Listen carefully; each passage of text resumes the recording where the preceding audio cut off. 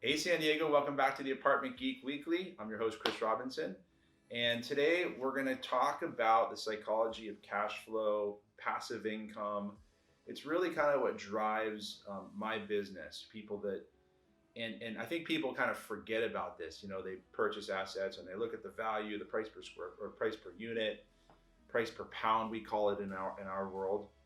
But really, it comes down to getting enough units, accumulating enough to where at some point in your life, you don't have to do your day job. You don't have to go create widgets, whatever it may be, the transactional stuff that you have to do. This is all about passive income and the pursuit of that, growing that into whatever monthly income is acceptable to your lifestyle, whether it's 10,000, 20,000, 50,000. I had a client a couple weeks ago that's trying to get to 60,000 per month in passive income because that supports their lifestyle. They're up in the Bay Area. It's a lot of money, but everybody's got their number. Some are hundreds of thousands or probably millions per month. So there was a investor. I used to do a lot of cold calling, as a lot of my audience probably remembers me calling them personally. But there was a gentleman I spoke to when I was really young. I was 22 or 23, and he said, his name was Chris. He said, Chris, this business becomes a lot of fun when you take the emotion out of it. And I remembered that from way back then, and it makes sense because I remember the first one or two properties that I purchased myself personally, and helping clients purchase properties for the first or second time. A lot of concern and anxiety and OCD thinking, a lot of meaning that everything, a lot of created stories and call it just a lot of thought about it, a lot of emotion. And that's not fun because it takes away from really what this is. This is just a business. And again, at the end of the day, we're trying to generate a return or a cash flow to sustain our lifestyles. So as people mature and as investors mature and you buy more properties and you kind of season yourself, typically the emotion kind of gets put out of the picture, and you're purchasing an asset because of its predicted return and its ability to maintain value, its ability to go up in value in the future, even though you shouldn't bet on appreciation. And the fundamentals of the real estate, is the structure seem fine? Am I have to put 200 grand into this place in a year because it's falling apart, etc. So you look at holistically, but you're really kind of trying to just focus on what are the numbers and then keeping the emotion out of it. The tenants, if they don't pay, we're going to give them a notice. If there's a plumbing leak, we're going to call the plumber, and really kind of surrendering to the fact that apartment buildings do have a lot of maintenance and things that happen, but we're not going to get emotionally kind of involved with it. We're just going to understand that we're probably buying an older property. Things are going to happen. Bad stuff's going to happen. Things are going to break. Tenants are going to move out, and just kind of understanding that's part of the game. So as people kind of mature in the business with time, I think the understanding that as emotion kind of goes out of the equation, things get a lot juicier. So I wanted to make that clear. And this kind of dovetails into the other part of this, which is some people that I communicate with maybe in their 60s or 70s, and they have a lot of money, and they say, Chris, I want passive income. I want predictable monthly cash flow because that's going to fund their fun lifestyle and things they want to do, their hobbies, etc., their travel. So why I like apartments so much is because when you're in a working class, kind of call it middle of the row neighborhood of a city that's desirable to live in, San Diego is a perfect example, you're basically buying an essential item. You're buying shelter. People need a place to live. And that middle working class or blue collar, however you want to call it, workforce housing, sometimes I use that term a lot, is fundamentally rock solid. Knocking on wood, but it's like that just makes sense, and it's essential, and it's stable, and it's predictable, And I'll tell you, if you buy those kind of properties along your path of living, those properties will give you the same return every month. They should be giving you, whether it's 2,000 or 5,000 or 10,000 or 20,000 or more. They, if you own those assets and you understand them and your management is halfway competent, you're going to be able to pull the same draw from those buildings over and over and over. And as time goes on, that draw should get bigger and bigger. The only thing you really have to worry about is obviously maintaining the property and overseeing management, is making sure you refinance every 3 to 5 years. I would look at it, or depending on the fixed term, you want to keep an eye on the mortgage. If rates are looking like they're going to go way up, maybe you refinance and you fix it for another 5, 7, 10 years.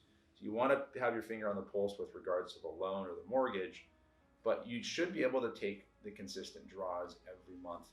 Now, the psychology of that, what I see, and this comes into the kind of the last thing I want to talk about, the investors that I see having which I see the most peace of mind in, or the most like well-being, that are having the most fun, however you want to call it, in their 50s, 60s, 70s, 80s, 90s, are the ones that are not emotionally involved in their real estate, and they've accumulated enough to where they have the same amount coming in every month. They have this predictable, consistent cash flow that's coming in, and it's not relying on short-term rental elements, summer seasons, some months being huge, other months being bad.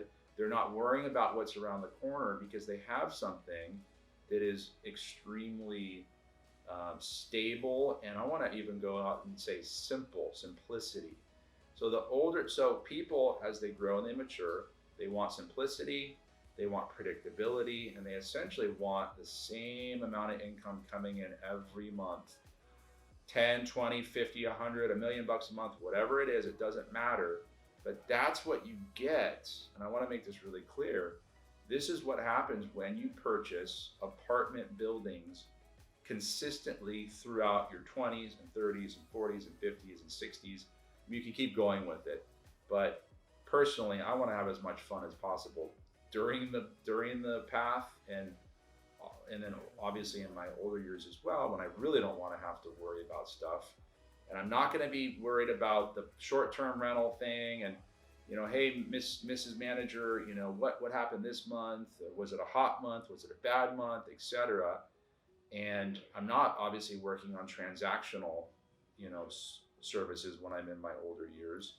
And I'm not going in and I'm not having to rely on selling my time for a service or creating a widget. A widget's my symbolic term for just an item or something that I would sell and to make money. So this is something where the psychology of the passive income is so gratifying and fun. And the people that I see that have done it this way and accumulating apartments, I just see them in a really nice feeling as they kind of enjoy their life and they put in their work. I always talk about delayed gratification. They've done that and they've had some consistency with accumulating, refinance, buy more, refinance, buy more, make some money over here, buy more, inherit some money from family, buy more, etc. Accumulate, and then just get to a point where this property is giving you $4,000 a month every single month. This property is giving you $2,000 a month. This one's giving you $10K a month. And you add all those things up, and now you're talking legitimate monthly income without having to worry about what's around the corner. And there is so much peace of mind that comes from that, knowing that it's the same amount every month. So the predictability, the consistency is just huge. And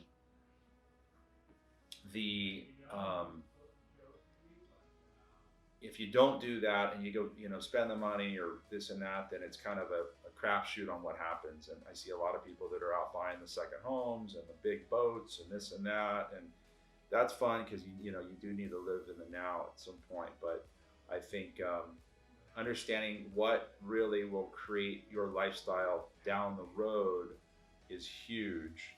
And know that multifamily, if you just kind of focus and stay in your lane and buy things where the numbers make some sense, it's a 5.5% cap rate, or maybe it's a really good area and it's a 4.5 or 4.75. Those things add up, and they turn into a really fun lifestyle where you can go fund your travels, and you don't have to worry about your income changing from month to month.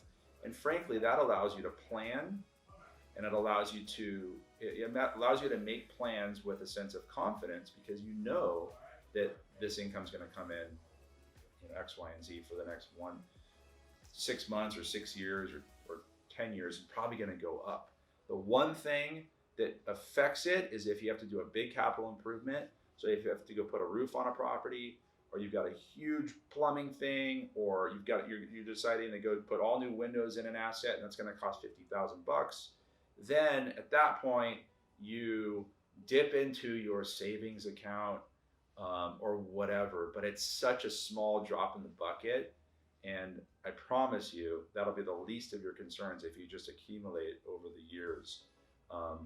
That's the only time where you have to skip a draw, though, is if you have a big expense. So thanks for tuning in. Reply to this email and let me know your thoughts, what you think, your questions. I love the feedback. Some of you out there give me a lot of, or respond to the emails, and I love the interaction. So let me know, and thank you for tuning in. Until next time, the Apartment Geek is out. Take care.